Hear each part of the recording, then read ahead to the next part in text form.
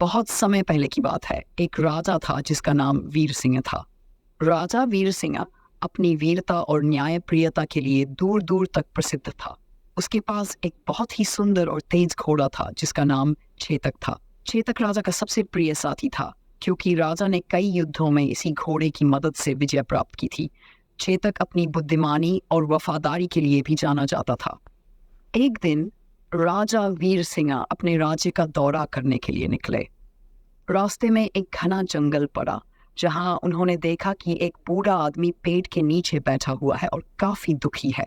राजा ने घोड़े को रोककर बूढ़े आदमी से पूछा, आप इतने दुखी क्यों हैं बाबा? बूढ़े आदमी ने कहा, महाराज मैं एक गरीब किसान हूँ। मेरा एक बैल था जो मेरी खेती का एकमात्र साधन था, लेकिन कल रात वह बैल मर गया। अब मैं खेती कैसे करूंगा? मेरा परिवार भूखा मर जाएगा।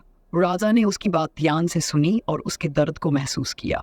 उन्होंने सोचा कि उस गरीब किसान की मदद करनी चाहिए, लेकिन उस समय राजा के पास कोई बैल देने का साधन नहीं था और महल काफी दूर था।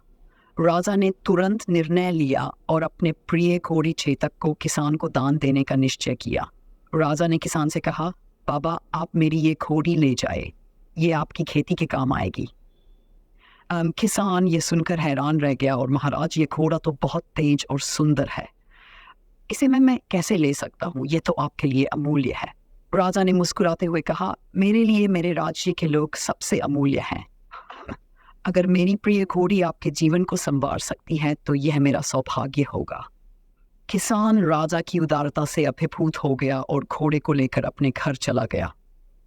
राजा वीर सिंह पैदल ही महल की ओर चल पड़े। जब राजा महल पहुंचे तो उनके मंत्री और सैनिक चिंतित होकर आए और पूछा, महाराज आपका प्रिय घोड़ा चेतक कहाँ है? राजा ने सारी घटना बताई और कहा, मेरे लिए प्रजा की सेवा सबसे बड़ी जिम्मेदारी है। अगर मेरे घोड़े से किसी का भला हो सकता है तो ये मेरा कर्तव्य है कि मैं उसे दान कर दूं। राजा की ये बात सुनकर सभी दरबारी और प्रजा राजा की प्रशंसा करने लगे।